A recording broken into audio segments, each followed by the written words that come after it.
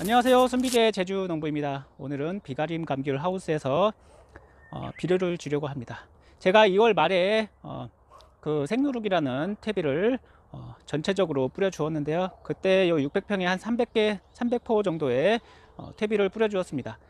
약 3년 만에 퇴비를 뿌려 주는 거였는데요. 나무 하나에 한 포 정도의 퇴비를 뿌려 주었습니다. 그때 퇴비를 뿌리고 그리고 토양 검사를 해보니까 인산이 부족하고 마그네슘 이런 것들이 부족하더라고요. 그리고 칼슘도 약간 부족하고요. 그래서 제가 용성인비를 뿌려 주었습니다. 예전부터 용성인비 인산이 부족하여 용성인비를 뿌려줘야지 했었는데, 예, 용성인비를 이번에 인산이 부족하여 용성인비로 시비를 하였고요. 그리고 지금 이제 백화기가 되었습니다. 이제 꽃이 완전히 성숙하고, 지금 여기 안에 보시면은, 예, 꽃들이 지금 이렇게 피고 있습니다. 예, 활짝 핀 것도 있고 하루가 다르게 꽃이 피고 있습니다. 꽃이 핀다고 하는 것은 나무들이 왕성하게 지금 양분을 끌어들이고 양분을 엄청나게 소비하고 있다고 생각하시면 되고, 그 새순도 다른 나무들도 엄청 많이 나오고 있습니다. 그래서 양분이 많이 필요하고, 그리고 꽃비료도 줄 겸, 그리고 화학비료를 제가 첫 번째로 시비하는 거라서, 이번에는 원래는 꽃비료로 질산칼슘이나 요소를 주셔도 됩니다.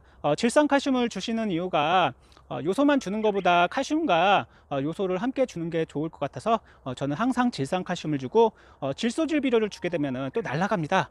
날아가는 것을 예방하기 위해서 저는 칼시네이트나 아니면 나이트라보 이런 칼슘과 그리고 질소질 비료와 그리고 붕사가 들어가 있는 나이트라보를 꽃비료로 주기도 하는데, 오늘은 제가 야라밀라와 나이트라보 이것을 혼합해서 화학비료를 주려고 합니다.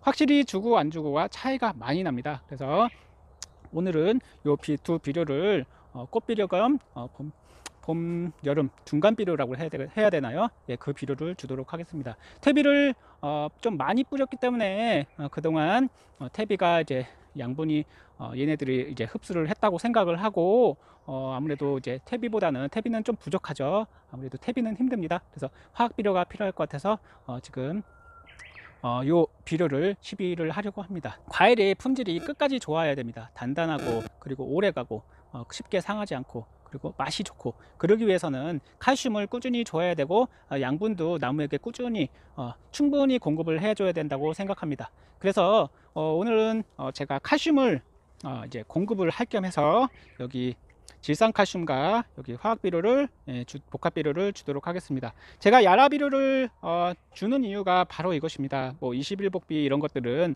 질소인산 가립밖에 없는데, 이 야라밀라라는 비료는 질소인산 칼슘 외에 마그네슘, 황, 그리고 미량 요소들이 다 들어 있습니다. 그래서 따로 제가 미량 요소를 따로 혼합해서 줄 필요가 없기 때문에 제가 뿌리기 좀 편한 그런 비료이기 때문에, 그리고 시비량이 많지가 않습니다.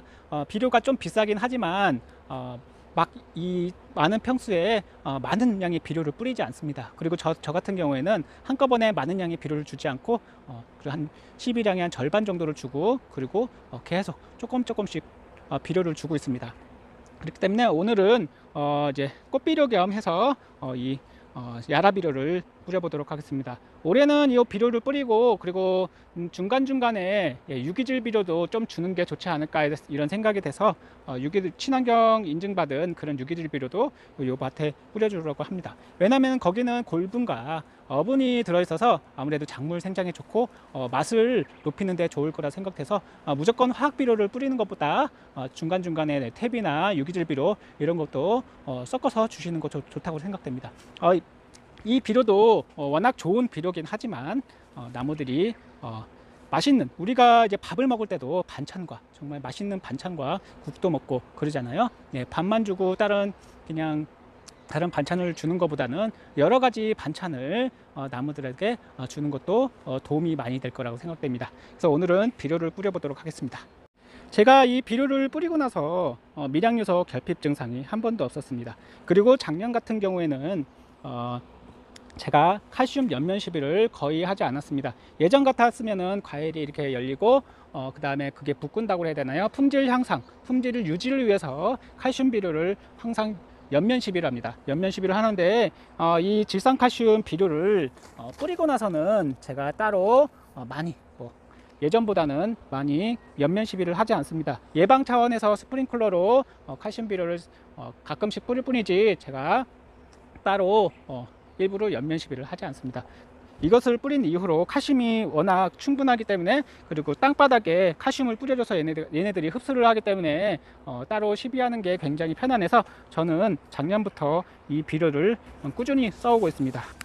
비료 시비 방법은 이렇습니다.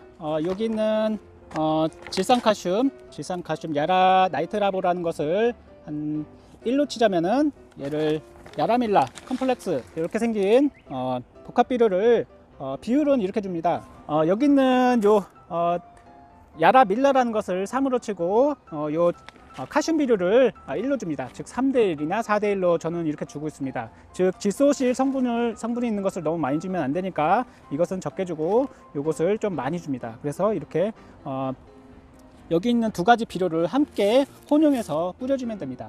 하지만 뭐 21복비나 뭐 다른 복비들 같은 경우에는 이런 칼슘 비료와 함께 섞으면은 그 질소질 성분이 가스화돼서 날아가고 인산이 고정되고 그런 피해가 있습니다. 그렇기 때문에 가스 피해도 있을 거기 때문에 다른 비료를 주실 때는 좀 주의를 하셔야 됩니다. 요것 같은 경우에는 뭐 가스화 되어서 날아가지 않고 인산도 아주 잘 흡수되기 때문에 이 비료는 함께 혼합해서 주시면은 큰 탈 없이 작물이 잘 흡수되고, 확실히 주셔보시면 압니다. 정말 나무의 때깔이 좋아지고 잎이 커지고 과일이 정말 이쁘게 잘 열립니다. 그렇기 때문에 당도 향상을 위해서 저는 이 비료를 뿌려주고 있고, 그리고 수세 회복과 그리고 맛있는 감귤을 만들기 위해서 올해도 이 비료를 뿌리고 있습니다. 이렇게 저는 이 비율로 뿌린다는 것을 한번 생각해 보시고, 그리고 꽃비료로 뭐 이 질산칼슘 나이트라보 이런 비료만 주시면 됩니다. 이것도 뭐 두세 주먹씩 꽃이 열린 그런 나무에 주시면 되겠습니다.